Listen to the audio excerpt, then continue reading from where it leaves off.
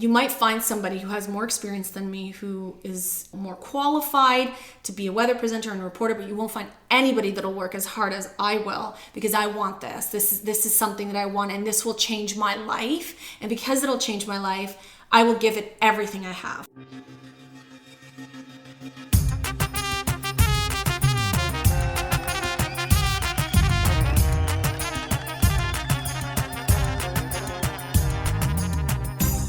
Hello everyone, Adessa here and back again with episode 95 of the Assyrian Podcast. For today's episode, I sat down with Reta Ismail of London, Ontario here in Canada. Reta is a weekend anchor, videographer, and weather presenter for Canada's most watched news organization, CTV News. Her media career began at an early age doing the hour news updates and co-hosting a radio show at her college. She eventually graduated with a degree in broadcast journalism and communications and landed a job in the industry almost immediately. We talked about what the job entailed in the interview as well as where she is now. As you listen to this episode, you'll quickly witness Reta's passion for the work she does. She's got this grit that makes you want to work towards accomplishing your goals no matter what it takes. She's been able to utilize her platform to bring awareness about Assyrians and their struggles and stories, as well as the realities of parenthood, which sometimes includes topics a lot of people don't talk about, but they are experiences that so many share. I think you'll really enjoy hearing from Reta and learning more about what drives her. For our listeners from the United States, here's a quick word about the 2020 census. Every 10 years, the United States completes a census nationwide to essentially get a count of everyone who lives in the country. These counts are important because they give the government a sense of the demographic makeup of the nation. Various organizations have unified in an effort to ensure that every Assyrian in the United States is counted in the 2020 census. Here's how you can make sure you're counted as an Assyrian. Under the race section, check Other and write Assyrian in the space provided. For more information regarding the 2020 census, please go to www.2020census.gov. Support for this week's episode of the Assyrian Podcast is brought to you by Tony Kalogerakos and the injury lawyers of Illinois and New York. If you know anyone that has been in a serious accident, please reach out to Tony Kalogerakos. Tony has been recognized as a top 40 lawyer and a rising star by Super Lawyers publication and has obtained multiple multi-million-dollar awards. Tony can be reached at injuryrights.com or 847-982-9516. And without further ado, here's Reta.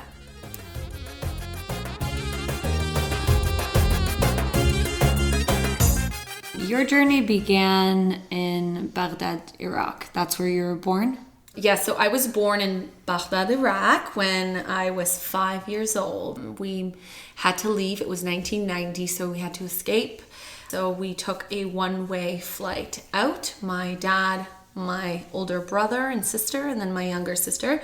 We left to Greece with literally just our luggage and the clothes on our back. And I know that sounds cliche, but there was no other option. And the turmoil that was happening in that country at the time, my dad was like, this is the best decision. So we moved to Greece in 1990 and lived there for 3 years. When we arrived there, we were kind of in this refugee acceptance home. We weren't in any camps or anything, but it was a house that had 1 bedroom, a kitchen, and a washroom, and we shared it with 30 people.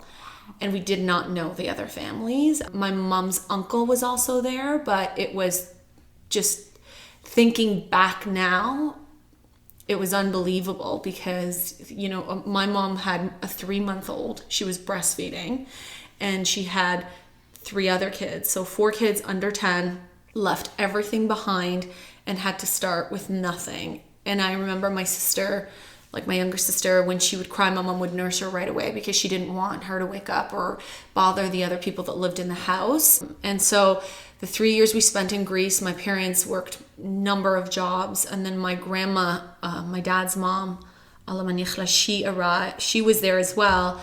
And she would stay with us while my parents would work. And I remember it being a constant struggle, but they didn't let us know that. My parents weren't when you're living through it as a child, I don't think you grasp what it actually is until you look back and you're like, no, that wasn't okay. We had nothing. Luckily for us, my mom's family, so my grandparents and my uncles, they sponsored us to come to Canada, and we were given the visa and left in 1993. So we came to Canada April 26th, I believe, of 1993. And again, we had nothing. So we lived with my grandparents for 6 months. Your other set of grandparents were already here? My grandma had actually left a few months before my dad's mom to America, because that's where my dad's side of the family is and has always been. My mom's side was here. So at the time when we were waiting to see where we would end up when we were in Greece, it was either Australia, America, or Canada. And we just got our paperwork to come to Canada first. So, I mean, this could have gone a completely different direction, but luckily for us, we came to Canada and lived with my grandparents for 6 months. And then my parents were able to rent a 2-bedroom apartment. And so we moved out into that. And that was in a rough area of Toronto, but it was the nicest of the buildings, the apartment buildings. At the time, it had a gated community and it was all brand new. And my dad's when I ask him about that, he'll say his whole goal when we arrived was to make sure that we didn't live in the slums, because we had just spent 3 years doing that in Greece. So he paid, and this was in 93, our rent was like $1,100 a month for a 2-bedroom. We lived there for 3 years. That building that you were in, was it the building? Because I've heard of a few buildings in Toronto where a lot of Assyrians would live in. Well, I don't know if at the time they were, but it was one Roundtree. And so those 3 apartment buildings, 1, 3, and 5 Roundtree, were like brand new. They had an ensuite washer and dryer, and just simple things like that, like, were important to my parents. So because they wanted to maintain that, my dad worked night shift at a convenience store. He got held up multiple times at gunpoint, but he just had to do it. My mom was working at Tim Hortons and then the other odd jobs, and sometimes they'd have to leave us home alone, right? My brother would have been 10 or 11, so it was my brother, my sister. My younger sister would have been like 3 years old, but again, different time, right? So they had to do what they had to do to make sure that they brought in an income and we had a place to sleep and live. And then they applied for government housing. The list to get into government housing in Toronto was so backlogged. It was going to take anywhere between 5 to 7 years, and my parents just didn't have that kind of time. Knowing that if we stayed there, they worried, I guess, the community there and like the schools and things like that were just not, like, there was a risk for us to go down the wrong path. So we actually were offered government housing in Hamilton. So we moved into that in 96 and Did you have anybody here? In Hamilton, no. My parents had like distant cousins or a friend that they knew, but us family-wise, no, we didn't have anyone here. And for those who don't know the distance between Hamilton and Toronto, it's about an hour, but it is a big difference. And at that time, especially, people didn't know about Hamilton. I think the Assyrian community was very small. It has since grown large amounts. What year of was people. this that you moved? 96. 96. Yeah. Okay. So now we have a huge community here and it's amazing. Yeah. But at the time it was like, we're starting fresh again. I remember I went to like 6 different elementary schools. There was never any consistency. There was never like, oh, I grew up in this house. You know, none of that. We actually, when we came to that house, we moved a year later to another house because the first government house was townhome. And then we moved to another house that just didn't have sufficient space. And then we relocated again. I know, it was constantly moving from one home to another, but my parents always worked so hard. And eventually they were able to save up enough money to buy our first home in Hamilton. And at that point, I would have been in grade 10 or 11, so in high school. And then we moved in there. So I guess technically Hamilton is home, and I do air quotes for our listeners because that's where I spent most of my life, in Hamilton. And then we lived in Hamilton I went to college in Hamilton, Mohawk College, and then I moved to Toronto when I got my first job, which we can get into. Yeah. So I was gonna say, when you all had to escape to Greece and then live there for a little bit and then move to Canada, specifically Toronto, I mean, you were at an age that you were old enough to kind of remember and recall all of that. In your mind, with the constant moving, like, what was going on through your head? Like, did you find that to be, were you like, oh, this is just normal? Or were you like, there's something off? Good question. In Greece, when we got there, I was only 5. So I know they say your memory kind of triggers when you're 4 or 5 years old. I remember arriving there. I remember what our house looked like exactly. I remember going to Greek school, and it was a struggle. I didn't speak a lick of the language, but by the 3 years, I learned to speak it fluently. It was amazing, but it was a big struggle.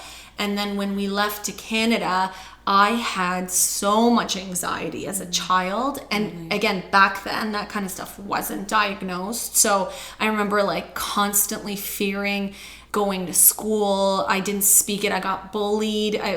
One of the things that kids would do is, funny story, I had lice in Greece and they had no over-the-counter medication, or it just didn't work. I have thick, curly Assyrian hair. So my mom shaved my head, bald, Odessa, no word of a lie. So we come to Canada and my hair is gradually growing in. I look like a little boy with a unibrow, and I constantly got teased, and it was just awful, school to school. So by the time you'd make friends, you'd have to say bye to them and start all over again. And that was really hard.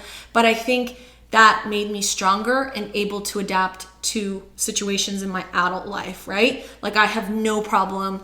Now I live in London, Ontario. I've been there for 5 years. I had moved back to Toronto after college. So I have been back and forth by myself and with my husband, and I can adapt more easily, and I attribute it to that. And growing up, when you came here, what was the process like then to learn English, and how did you acclimate to sort of Canadian culture? So English as a second language, ESL is what it was called back then. And I remember I was in grade 2. My sister is 2 years older than me.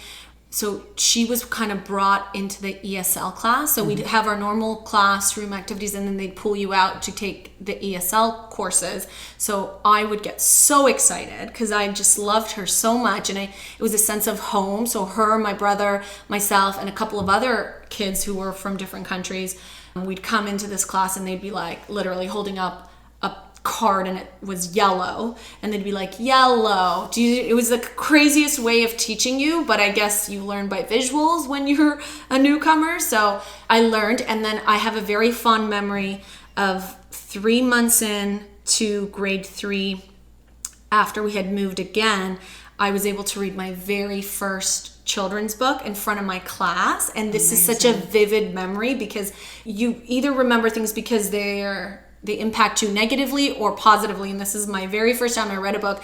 I held it, I read it, and I would show it to the class, like turn it around, show the picture. And I loved that feeling. And I think that's where it kind of sparked my passion to be a storyteller. Like that was my first memory of that. 3rd grade. Yeah, because I felt like I had achieved such a massive, I don't know, like I had overcome a struggle where I didn't speak the language, and now I could read, and it just opened so many doors at that point. So from 3rd grade, you had this you built confidence to be able to present in front of people and to story tell. And it was later on in high school that you had the opportunity to work within the news segment, right? With Mohawk College. You got it. Yeah. Also in grade 7 and 8, I took over the morning announcements. I don't know if you guys ever did that in school, but I'd be out there. I'd say like the announcements, then we'd do the O Canada, and we'd say a prayer, and I got involved in that. At the time, I didn't know what I wanted to do, but I knew I enjoyed that. And then when I went to high school, grade 11 and 12, I had a co-op placement at a local radio station, which just so happened to be at the college that I ended up going to. And then I did a news, sports, weather updates, just volunteering my time and getting my course credits. And then the program director there was like, if you're interested in this, like you can come to this program. And then I was like, yeah, I'd love to. It was literally a 5-minute car ride from our house. So I did it. I took the program at Mohawk College, and 3 years later I graduated with a diploma in broadcast journalism and communications media. Wow, so here is this girl that comes to Canada not knowing the language at all, and an opportunity or a moment kind of sparks an interest that you then follow and pursue. At what point were you like, you know what, this is what I want to do for the rest of my life? So high school, my high school yearbook quote with my photo says, "Look for me on City News." No word of a lie. I joke about it all the time. So you knew. I knew in high school I wanted to do that. We actually did one of those tests where you answer a bunch of questions and it tells you what you're meant to do. And I hate math and I don't like science and I'm not good at either of those two things. And geography was always like, meh. So English, I loved literature. I loved being able to learn. And still to this day, my grammar isn't the best, but I think that comes from speaking different languages. Mm-hmm. Again, when you translate something from Assyrian to English, you speak the way that you are raised to say it in Assyrian. Oftentimes my news producer will say like, "You are saying this as if though it's in a different language. I need you to switch it around." So yeah, but to be honest, it was in high school. I knew I wanted to do this and I wrote it in my yearbook. I don't know if I wrote it to kind of hold myself accountable for it, but after I graduated college, I took my first media job in radio in St. Catharines, which is about an hour away from Hamilton. It was a weekend morning news, weather, and traffic, and it required me to be there for 4:30 a.m. Saturday morning and Sunday morning, and I worked till noon. It was just a part-time job. At the same time, I was working at No Frills grocery store. I was a cashier, so I would go and do this, and then I'd leave at noon. I'd drive to Hamilton. I'd start my shift at No Frills at 1 o'clock, and I did both of those for at least 2 years. My first media job was in radio, and then while I was doing that, the drive to Niagara Falls, I'm sure you've made it. There's a point along the drive where you can see across the lake, the CN Tower in the distance. Mm-hmm. On a beautiful day, you could see it. I would look over and I'm like, that's where I want to be. Like, I am tired of making this drive. I need to make that transition into a major market. Mm-hmm. So I applied to City News for an assignment editor position. And I went and did the interview and I walked in the building, and the building was Queen and John, right downtown. I'd grown up watching City News. I'd grown up watching Much Music, and so just the atmosphere was so exciting. I was so happy to do the interview, and I did not get the job. And I was like, darn it. I even told them about my quote. It was at the place that had said, "Look for me on City News," and I was like, this is not good. And it wasn't until a year later, the same news producer that had interviewed me called me out of the blue and said, "Hey Rita, I don't know if you remember me. It's so-and-so from City News. I would love to have you back. I might have a job opportunity for you." And so I was just elated. I was so excited because they say to you all the time, like, "Well, keep your resume on file." And you're like, yeah, sure you will. But she actually kept my resume on file. I went in and it wasn't even an interview this time around. She just gave me the job. Now, granted, I should tell you the job was like not ideal. It was overnight weekends. So I would go in for midnight. I worked 12 hours until noon.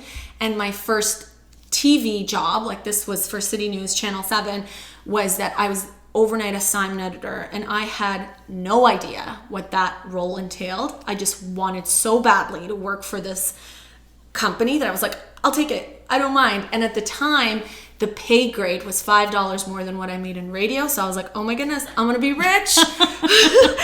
So then I start working there, and the job entailed listening to police, ambulance, and fire scanners. So, and back then they weren't encrypted, and that means like you could literally hear every call that would come through the dispatch center, and then you would filter out if there was a homicide, if there was some sort of stabbing, shooting, fire, whatever it was, and then you would dispatch your camera people to go cover this. And then when they would come back, you would write up a summary of what was there, and then the news would air it the next day or whatever on our website. I did that for 2 years, and it was one of the hardest things I did, not because of the job itself, but the hours. I don't think it's normal to work 12-hour overnight shift that starts at midnight. Like, people do 7 to 7s. Nurses do it all the time. I applaud people who could do it.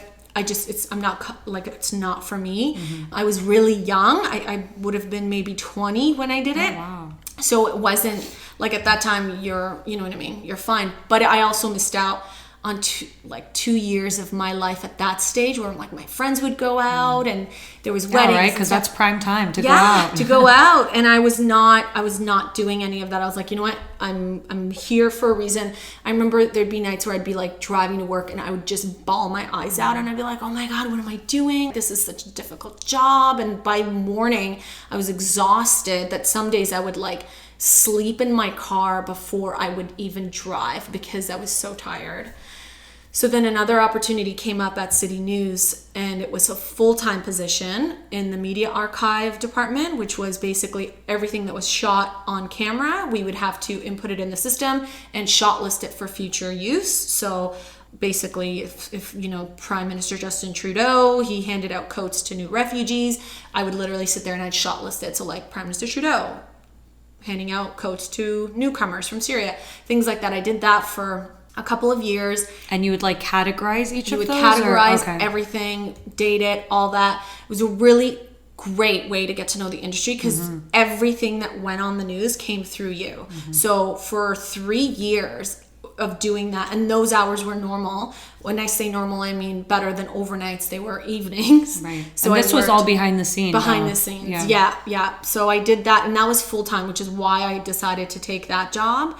I guess pay grade wise, it was a step below what I was doing before, but the job I was doing as an assignment editor was part-time, weekend, overnights, and I was like, I'm done. I need to switch over to something more normal. So I did that for 3 years, and then the Dayside assignment editor quit, and the same producer that had hired me came back to me and said, Rita, I want you back in this department full-time. Here's the schedule. Will you take it? And I jumped at the opportunity. I took it because I loved assignment editing. It was such a rush to constantly be in the know and to hear some of the calls that would come through, to try and send your camera person and your reporter to beat the competition. It's just a really unique job in the newsroom. Everybody comes through you. Everybody goes out through like your dispatch. It was really, really neat. And I also got to work on breakfast television. So some of my shifts were in the morning, like with Kevin Frankish and Dina Pugliese. And it was just really neat. Like I worked all the different shifts around the clock at City News before I was like, you know what? I need to make the jump to in front of the camera. And unfortunately, in a major market like that, if you don't have on-camera experience, they're not going to take a risk with you and do that. So on-camera experience means you have reported in a major or like a smaller market before you can do the reporting on a major market. And Toronto's a major market. So I knew I had to put together a demo, and I knew I had to start volunteering somewhere like a small local station where I could get that on-air experience. So I did that with Rogers Television. Did you have a mentor at all in this process, or were you kind of just winging it as you were going? Yeah, I was winging it. There were a few speakers that had come to our school during my college days. One of them was Alex Pearson. She had come. She was a anchor at City News, and she had kind of told us her journey and everything. And something that they really kind of tell you when you're in college in a program that's journalism is like, this is not easy. You have to have thick skin, and not everybody makes it. Just in our program, we started off with 50 students and only 24 graduated, and they just dropped like flies because it requires a lot out of you, and you do miss out on a big portion of your life trying to give this industry everything. So no mentor, but I did look up to a few people in the industry for sure. And I mean, I could imagine that a lot of people dropped off too because of, while it was exciting to you, is the component where it's just things are moving really, really fast. You need to be at certain places or pick up on certain news topics before anybody else gets to it. And so that's, I'm sure, not cut out for anybody to do. For sure. Yeah. A lot of people don't like that. I thrive on deadlines and on pressure. Cliche, I work well under pressure. I love breaking news. Like I've covered a ton of different stories in the last 5 years. I've been with CTV News. My favorite is when they're like, this is happening, go out and do it. In Toronto, that's a common everyday thing. In London, it's a rarity, right? Because it's such a small city in comparison to Toronto. But when it does happen, that's my favorite beat. And so, for example, when in Toronto, when that would happen, would there be somebody on the team that would then have to brief you on everything that is happening with that particular topic before you go and present on it? So I'll give you an example. One of the biggest breaking news stories when I was on the assignment desk came just before my shift was ending. One night I was working the evening shift, so it was 2:30 till 11:30. It was around 10 p.m. and I heard on the scanners that there was a shooting, and initially you don't respond right away. You have to keep listening to it. The call will come in quickly if it is a major, what we call a hot shot. So initially it came in as a shooting, and then there was 6 victims, and there was 10 victims, and there was 12, 13, 19 victims shot, 2 people dead. Huge. It was a gang-related shooting at a barbecue in a rough neighborhood in Scarborough. This all came through me before anyone in the newsroom knew about it. But as it came through, I was on the computer, I was sending out hotshot emails like breaking news, listening to scanners, there's reports of this happening, this is who I'm sending. Anytime it's a big story like that, and that was a mass shooting, you need to source everyone. It's like all hands on deck. I had 1 camera person. Wow. I had to call all my guys that live in the area. I was like, you gotta go, there's no choice. I had to call in reporters who were sleeping. So you are in charge of making sure the bodies get there to cover the story. Which can be stressful too, though. Oh my gosh, 100%, because you can't get a hold of people. Right. There's people who are and it's hesitant. all time sensitive. Yes, and it was 10 p.m. We go to air at 11. So in this particular situation, I'm on the phone. I was on 3 phones at once and a walkie-talkie, and I'm dispatching people. And I call the police media spokesperson. At the time it was Wendy, and I was like, Wendy, you gotta hold off on that presser. My guy's super close. Don't go live to air with it on our competition network because I need you just to hold off for a bit. As I'm talking to her, I can watch her on the other network, like walking up to the podium. And so that, things like that was like a loss to you. You're like, no. Meanwhile, there's people literally like dying and they're trying to survive. But to me, you don't think that way. It's not that you're happy this is happening. It's that you don't have time to process it in like a, oh my goodness, this is sad. There's none of that. There's how do we cover this now to get the best visuals, clips, like witness clips, cop clips, find out what's happening, take it to air. Wow. Yeah. That's intense. Yeah, it was one of my favorite jobs. But you loved doing it. I loved doing it. And it gave you a lot of control over what was shot, what was put on air. Yeah. Editorial wise, like I learned so much in that role, which is what led me to my current job and my career where I am today. I always say, had I not done that at City News, I could not have been where I am today. I learned so much just in that time frame, 8 years at City News, that I was able to carry that into my interview and convince a news director to hire me with no major market reporting experience and no weather experience either. So based on my experience in Toronto, I was kind of like, you know what, I need to make a move in my career. I can't keep doing this if I really am serious about becoming a reporter.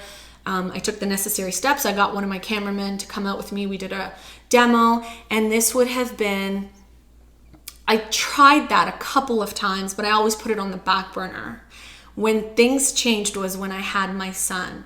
So I got pregnant 6 months after getting married, and at the time we were living in Toronto downtown, and everything was happening so quickly, and I was like, you know what, we need to reconsider where we're living and what we're doing in our careers. So I took a year off on maternity leave when I had my son, August 13th till August 14th. Sorry, August 2013 till August 2014.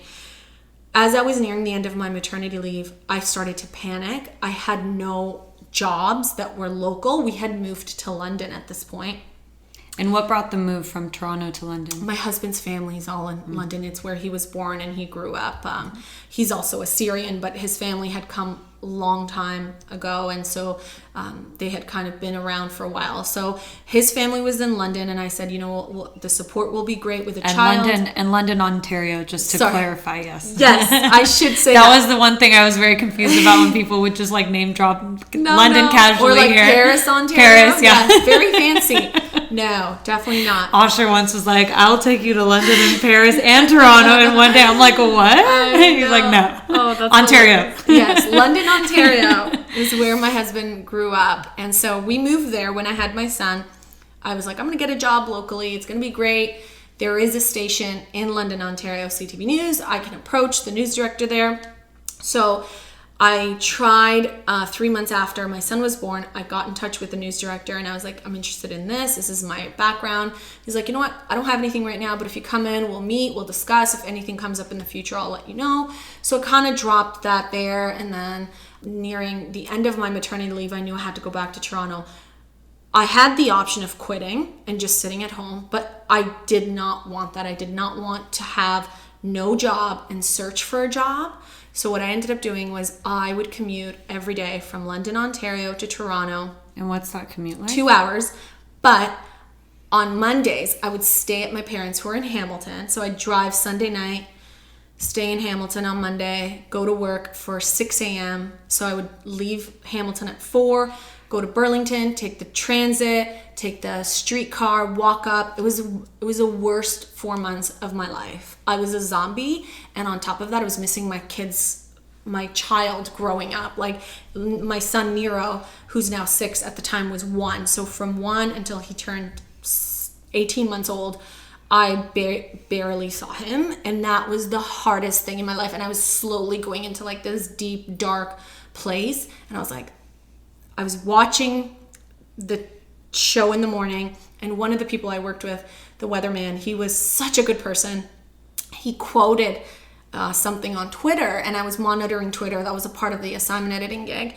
So I was monitoring Twitter, and it said, you are in the place you are right now because of decisions you've made in your life. If you want something to change, you're the only person who can change that. Something along those lines. So I literally... You needed to hear that. Oh my gosh. It hit me, and I was like, what am I doing? Like, I can't complain about this. I've put myself here. Every decision I've made in my life has led me to this point. If I want to change this, I'm going to have to take steps to change it. So I went on job search boards, and every day I would search, and bam, there was a part-time position at CTV News in London, Ontario, with the news director that I'd already met. It was weekend weather presenter and occasional backfill for reporting. I had zero weather experience. At the time, I wasn't even very good with my geography knowledge of the area that I'd have to present the weather, nor did I know anything about weather. And I was like, you know what? You can't lose or win if you don't try. So I applied, and I got the interview. And when I went into that interview in the car, I said to myself, this is yours to lose. People might have more experience than you. People might have more education than you, but this is yours to lose. Like literally, I went in there was 2 news directors. It was the one for London and the one for Windsor. And I was like, listen, I answered all the questions. They were really impressed by my Rolodex, the contacts I had, and the experience I had in Toronto, but they were hesitant because, again, I didn't have that on-air experience, but I had put a really good demo together. And demo is when you tape yourself doing a story, or you present in front of the weather screen. I had my people in Toronto help me put something together, but it had never gone to air. It was just for show so they could see what I looked like on air. And before the interview was done, I was like, listen, you might find somebody who has more experience than me, who is more qualified to be a weather presenter and reporter, but you won't find anybody that'll work as hard as I will, because I want this. This is something that I want, and this will change my life. And because it'll change my life, I will give it everything I have. Like, I have no options. So I kind of laid it all out on the table. And then I went off, and that was it. And I worked with someone who worked with this news director, and I told her, I'm like, listen, Anna, you got to put in a good word for me. I need this job. And they were good friends. They had worked in a different city together. The media industry is very small in Canada. Even though it's big, everybody knows everyone. So she had put in a good word for me. And then come Friday, it was December 23rd. I was coming back from my morning shift. My mom was picking me up from the GO station in Hamilton downtown, and I get a phone call, and it was the news director, and he's like, Rita, thank you so much for applying. And I was like, and he's like, well, I just wanted to offer you the job. Oh my God, Odessa, I bawled my eyes out. And then he was like, well, you get a clothing allowance, and you get your hair done, and you get all of this. And I was like, oh my God, I'd take anything at this point, but thank you. And so it was one of the best moments, besides when my kids were born and when I got married, that when something changes your life. And it's been 5 years since then. It was just phenomenal timing. Gosh, Rita, you are a total go-getter. Thank you. Even when you were applying for that job and you had no experience in it, for so many people, they look at jobs and they're like, I'm underqualified. There's no way that they're going to do this. I'm wasting my time. But it was evident that you didn't have that language built up in your head. So in your mind, if they were going to ask you information regarding the weather, how were you going to present it, and how did you prepare for that? Great question. And you made it a great point. A lot of times when you see job postings and they're like 5 years of experience or university degree, a bachelor in this, a master's in that, and people get deterred. Now, because of that, I thought to myself, they might not have anyone who applies, right? Mm-hmm. There's always that. Mm-hmm. And if they do have people that apply, there might be something I have that those people don't. And when you go into a job interview, you're selling yourself, right? You're a product, especially in our industry. And for me, it was, how can I sell myself? Luckily, they didn't ask me about the science behind weather, because I should clarify, I am not a meteorologist. That takes about 3 to 5 years of schooling, depending on where you go. I am a weather specialist and a news anchor and a reporter, which I am qualified to do. That's what I went to school for. But the weather presentation comes from, you give the basics, right? What am I going to need tomorrow? Is it going to rain? Is it going to snow? Is it going to be sunny? So that I knew. Yeah. And the rest would come with learning. And I also am a true believer, if you have confidence in yourself and you know that you are able to learn, you will succeed in whatever it is that you're trying to do, right? Granted, there's the exception of being a doctor or a lawyer. There's things you need to know that you need to study for. But if it's something that is, attainable just by being a good learner, you can get that. You can get that in your life, because that's what school's all about. If you think about it, they want to know if you could learn. Mm-hmm. So That's what the workforce is. And so you've been with CTV for how long now? 5 years. 5 years, yeah. In January of 2020, it'll be 5 years. Oh my goodness, wow. Yeah. Amazing. Thank you. And congratulations on that. Thank you. And so it seems like even within your role, you've had the ability and opportunity to utilize it in a way that also helps you share a little bit about your personal life and personal moments in your life, right? Like you've had the opportunity to blog through them, and there's a segment that has recently come out with regards to moms. So if you could talk a little bit about that and what opportunities have led you to contribute in these kind of spaces. So with my current role, having started part-time, just doing reporting and weather presenting, I am not the type of person who's like, well, that's not my job. It's not in my job category. I've never been like that. I will do everything as long as it makes me happy and I can do it the right way. So anytime there was an opportunity, anytime I had a meeting with my boss to kind of review my progress or my future goals, I would say, you know what? I want to do this. I want to try this. So after being there for a year of reporting and weather, I told him I'd like to try my hand at anchoring. And we had a pre-taped news program. It was half an hour. It was done on weekends. I said, if you don't have anyone who wants to do this, I'd love to do it. He's like, you know what? Put together a demo. Let me see it, and we'll go from there. I did it. He loved it. I took over that half-hour show. And then down the road, just opportunities came up because, again, I find in a smaller market, there's more opportunity for that to happen. So recently, we started a online segment called Media Moms. It's me and a couple of my colleagues. We discuss things that impact mothers, fathers, caregivers of all kind. It's called Media Moms because it's a bunch of moms that work in the media, but it's relatable to any person who's taking care of a child or raising a child, really. And then prior to that, before my daughter was born, I was pregnant in between my daughter and my son. At 4 months, I lost my pregnancy. And I think in our community as Assyrians, and in general, it's a faux pas to talk about pregnancy loss. It's so common, yet women shy away from talking about it. And until you talk about it, whether it's in private or in public, you don't really know how many people are going through the same thing you are. So infertility, miscarriages, stillborns, all of that, it impacts women every single day, and it's heartbreaking. So when I was going through my loss, I decided that, as hard as this is, I'm going to talk to people. I talked to a friend of mine who had lost a child at 7 months. I talked to another friend who had a miscarriage. And when I would mention something, people would come up with their own stories of how they knew somebody else. So I got an idea and I was like, you know what? I have a platform. And on this platform, I'm going to use it to blog about pregnancy after loss. So I had already had my son,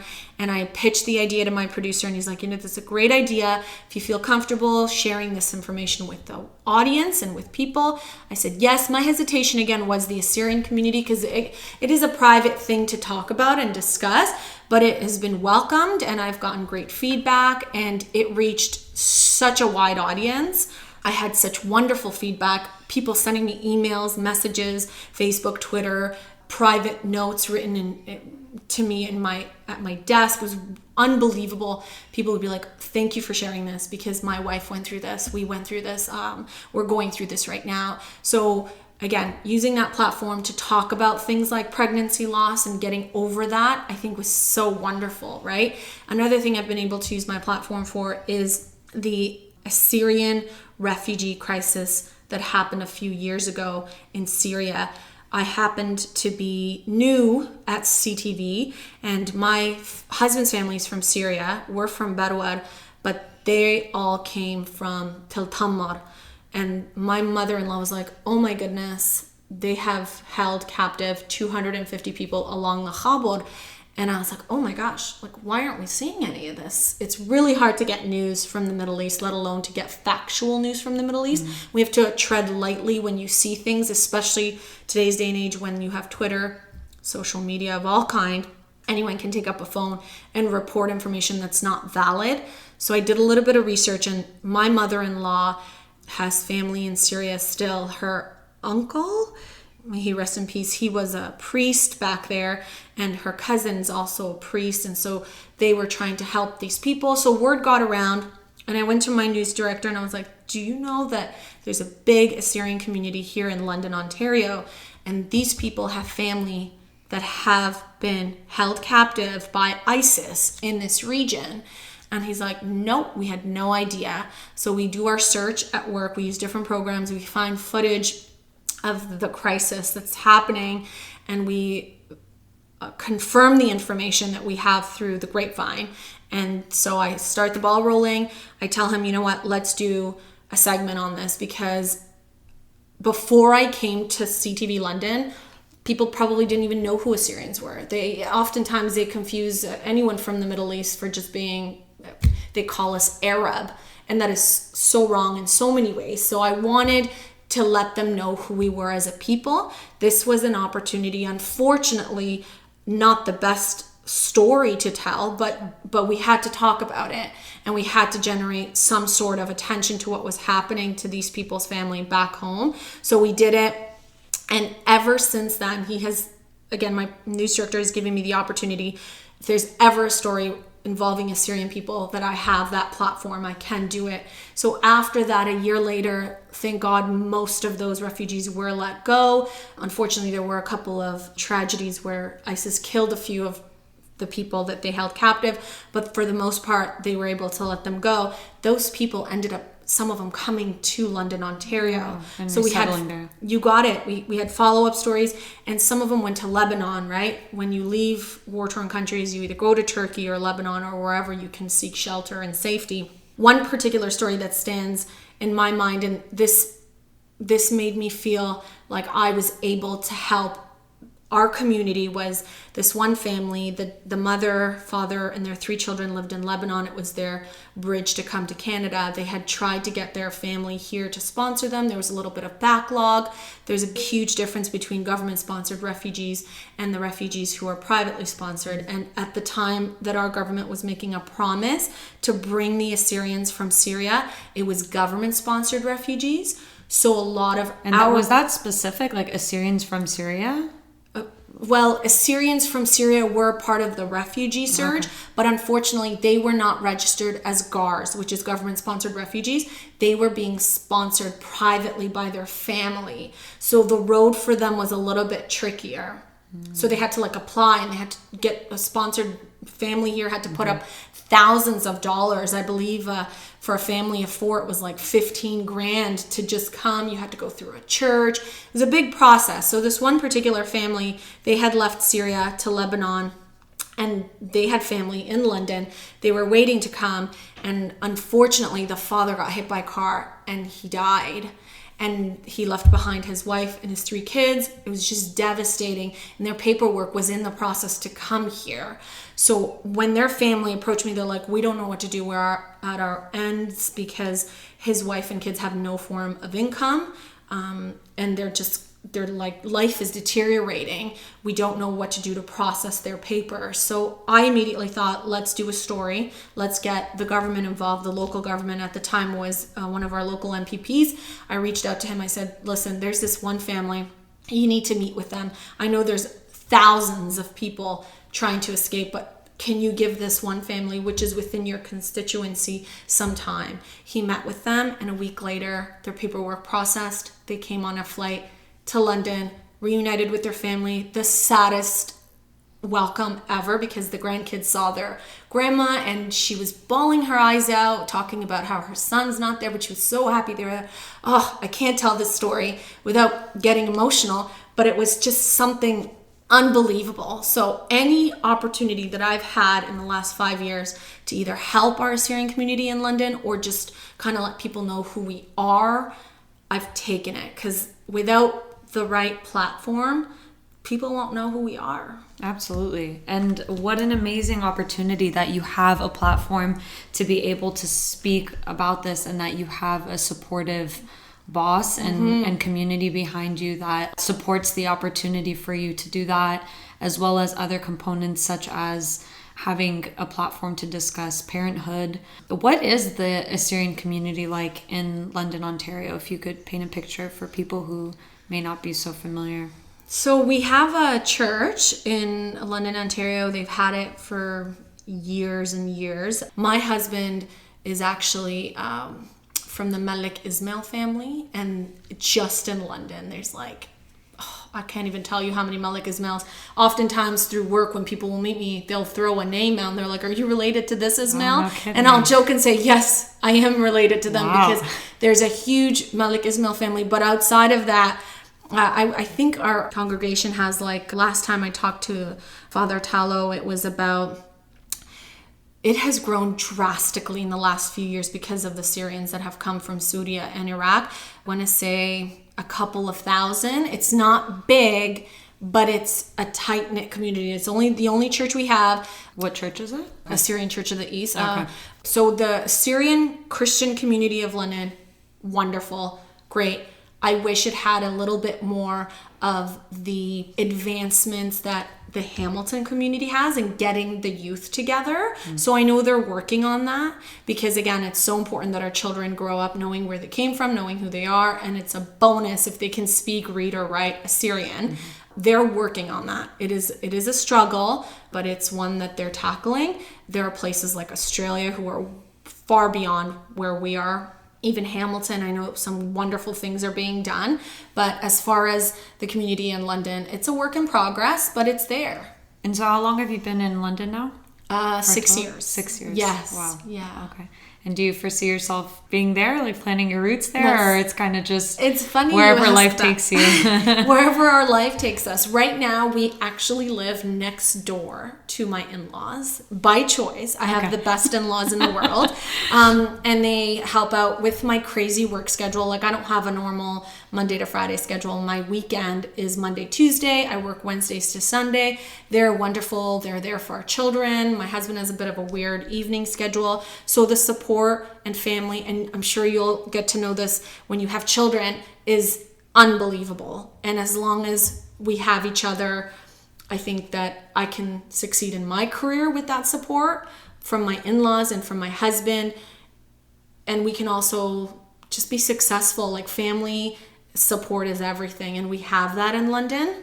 Granted, down the road, if the station I work at closes down or it goes in a different route, my career, it's a question, does it end there, or do I try and move elsewhere? I have applied to places in the States. Before my daughter was born, I applied to a network in San Diego. I've always loved California and I wanted to move there. So I was like, you know what, I'm gonna apply. I actually got 2 rounds of interviews done. Unfortunately, I'm not an American citizen, so they'd have to sponsor me, and they needed someone immediately. And just that learning process of what it would take to move there is a bit discouraging. Down the road, I might go the route of hiring like a like a media lawyer or an agent. But right now we're happy and content in London. So we'll see where it takes us. For somebody who is exploring the possibility of entering the media industry, what type of advice would you provide to them, or insight that only those that are actually in the industry truly know what it's like? Good question. So they've probably heard this before, especially if you're a student in journalism school. Don't give up. It's going to be hard. It's going to be a struggle to get your foot in the door, to make contacts, especially with the way the media is going in Canada. And what's that? It's more digital, right? Like, have you watched the news on TV at 6 o'clock? Only if I'm at my in-laws. You got it. And that's our audience. It's people who are in their early 50s to like 80s. So a lot of our viewers are seniors who just don't want to make the switch to digital. So we have learned to become digital journalists as well. I did a story today before I came here. It went on the 6 o'clock newscast, and then it went on digital copy on our website. We are driving digital, because that's where everything is. You can get everything on your phone. With that being said, don't be discouraged to apply to digital jobs or to TV jobs. It's not dying a fast death. It's eventually going to shift. But in the States, it's a completely different story. And I'm sure it is the same way in Europe or Australia. In Canada, it's a little bit of a struggle with funding, especially since the major networks are owned by communications networks like Bell and Rogers, right? So things are changing, they're shifting, but don't be discouraged by that. Find something that you want to do. We're actually hiring at CTV London for a new news reporter / digital reporter. So don't give up. Try to apply to those jobs you don't think you might have the experience, because you might have the education, you might have a bonus that you speak a different language. That is huge, whether it's Assyrian, Arabic, whatever language you speak. And then also volunteer every opportunity you get, because that will take you to where you need to be. That's what got me my job at City News, volunteering at Rogers. That's what gets a lot of people in the door, especially in media, because they need to see that you have experience. And additionally, it seems like there's a level of flexibility too. Like, you have to be open to do possibly work part-time initially, or have odd hours just to get your foot in the door. And then once you're there, then you can sort of move around.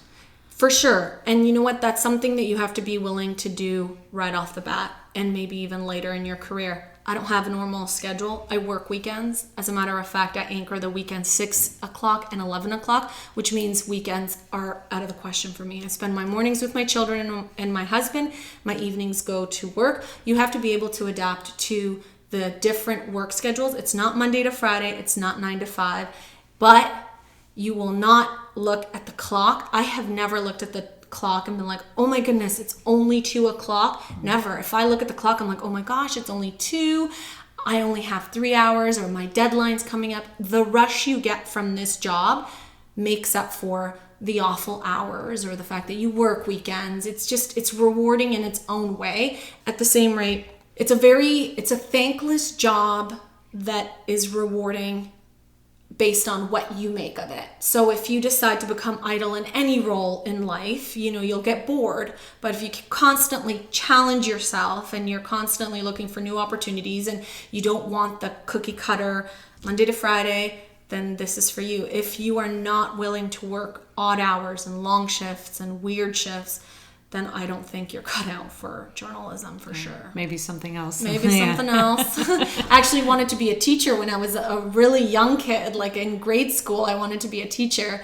My sister wanted to be an actress, my older sister. So we always joke that she ended up becoming a teacher and I'm on TV. So it's funny how that works. Yeah. All right. Thank you so much, Reta. I appreciate it. Thanks for tuning in. Real quick, I have a favor to ask before we close out. We appreciate all of the feedback we've received on the podcast thus far. If you could take a minute after this to rate and review us wherever you listen to us, we'd greatly appreciate it. We love reading what you have to say. Thanks again, and see you next week.